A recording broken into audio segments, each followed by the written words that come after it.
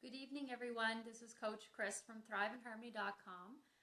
Going green is easier than you think, although apparently going live not so much, because this is the fourth time I've tried to do this I've just kept stumbling over my words. So I'm going to keep on going, and no matter how silly I sound, I'm just going to keep on keeping on. Anyway, I just finished writing my blog. I'm going to post it soon and add this onto it on Earth Day 2017, which was Saturday, and what went on here in our region. And I just thought a good thing to add on to that would be tips for me, you, and everybody on things that we can do to help preserve our planet, help save the earth. So here are a list of 10 things that anybody can do that will help even just a little tiny bit, because every little bit helps on making this planet last as long as we can. So number one, and this is nothing new, pay attention to how you use water. Even if you're on well water, don't just turn on the tap and let it run. Unless, I guess, if you're waiting for hot water, then we don't have a choice much. But if you're brushing your teeth, washing your hair, turn it on, get what you need, shut it off briefly until you need the water again. You know, that's one simple little thing. Don't buy bottled water if you can avoid it. Have a Brita in your fridge, have a water cooler, and just keep refilling the same old jugs, or even drink your tap water. Sometimes tap water tastes just fine if you put it in a pitcher in the fridge and just keep it cold. Sometimes it changes everything. So if you can avoid buying all these plastic bottles full of water, that would be great. I just did a little bit of street cleanup on Saturday evening, and half of what I picked up was recyclables. I don't understand, and I don't know what the answer is, if they have to be worth more than 5 cents a piece or what, but I picked up so many water bottles and pop cans and beer cans that should technically be recycled. Anyways, so pay attention to your water usage. Number two, when you try to leave your car at home if you can 2 days a week, and take public transit or carpool with somebody. I know for myself, I try to think about my errands, plan my errands, and do them in one trip a week as efficiently as possible. It's great for time, it's great for fuel efficiency. Let's see what else. Recycle. And again, there's another, I guess, a subtopic that is near and dear to my heart is recycling. I am very particular on sorting everything appropriately and putting it in the proper place. I go so far as to wash bread bags and saran wrap and tinfoil and plastic off of bacon wrappers and washing that so that all the plastic goes into be recycled. There is a neat website if you're here in Halifax where you can find out where every little tiny thing goes, and I will put that on my blog as well. It's very cool. You can even download the app to your phone, and it'll remind you of when your recycling days are and your compost days and your garbage days in your area, and you can plug in the name of anything. Like I put in bottle caps and it told me to put them in the garbage.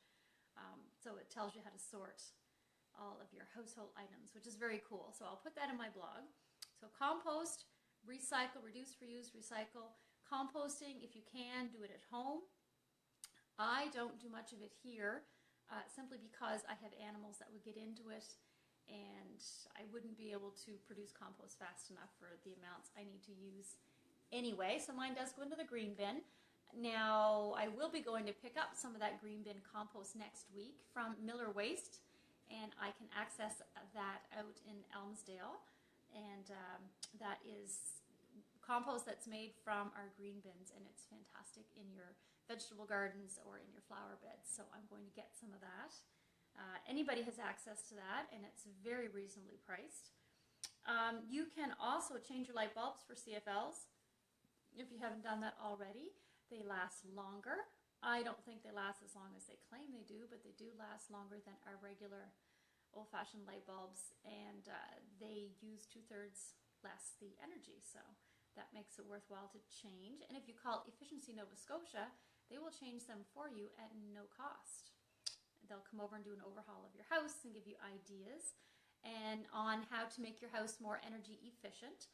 like a programmable thermostat. So if you're not at home in the daytime, everybody's out at school and work, that the temperature will drop in your house and it'll save you energy, as well as at night, because you obviously don't need your house at 23 degrees when everybody's sleeping comfy cozy under blankets.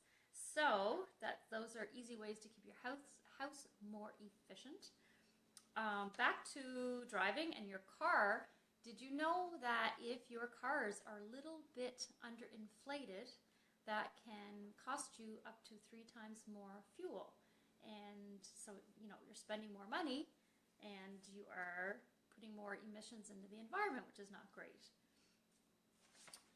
And still on the topic of cars, is driving smarter instead of faster. And we have taken note of this and put this to the test. If your most efficient speed on the highway is about 90 to 100 kilometers an hour. If you're even going as fast as 120, and a lot of us do, you are burning up to 20% more fuel. And if you were on a trip, say up to Fredericton or Moncton, just taking my point of departure here in Halifax, that adds up to a fair bit of gas and a fair bit of money. And we've often had people pass us on the highway, even just going into the city to a hockey game or something, and we know the people that are passing us. We know they're going to the same place. They're going a lot faster, and so often we'll catch up to them at a set of lights not far away from where we're going. And we point out to our kids that, look, they drove faster, they burned more gas, spent more money, harder on the environment, and they're still going to get there about the same time as we are. So drive smarter, not faster. And last but not least, and the easiest for, I think, everyone, at least for grown-ups, is just simply turning off the lights when you leave the room. It's as easy as that. Anyway, those are my tips for helping your environment, going green, staying green, and just being mindful of how what you do every day, every little thing does impact our environment in some way. And I know most of us, all of us, would like to preserve this beautiful planet for the generations to come afterwards. If it's not for our own kids, then for our nieces and nephews and grandchildren and neighbors' kids that we love. So please, please, please take a moment before you throw something out your car window, before you shove everything into the garbage, to separate it and do what you can. Buy things with as little packaging as possible. And it would be awesome if everybody would take an hour out of their busy schedules, pick a street, pick a side of the highway, or the median, or a corner where the wind turns, and take an hour and some garbage bags and go clean up this beautiful earth of ours that does nothing but give. And what we seem to do as human beings is take, with very little thought to giving back a lot of the time. There's a lot of good stuff that goes on.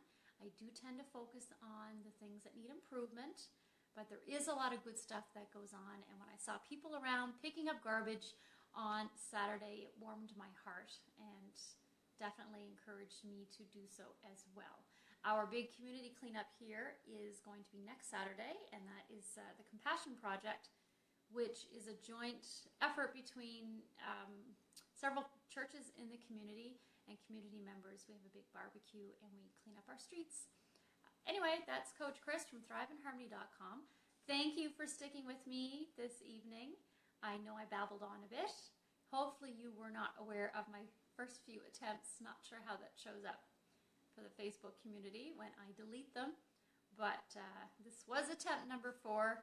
And if you are interested in learning more about Earth Day 2017, please take a minute and check out my blog on thriveandharmony.com. And I will throw up there the address to go to Halifax Waste, which I think would probably work for most areas.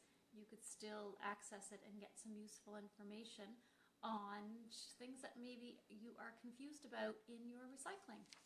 Anyway, Coach Chris signing off. Have a great evening, everyone. thriveandharmony.com. Thank you.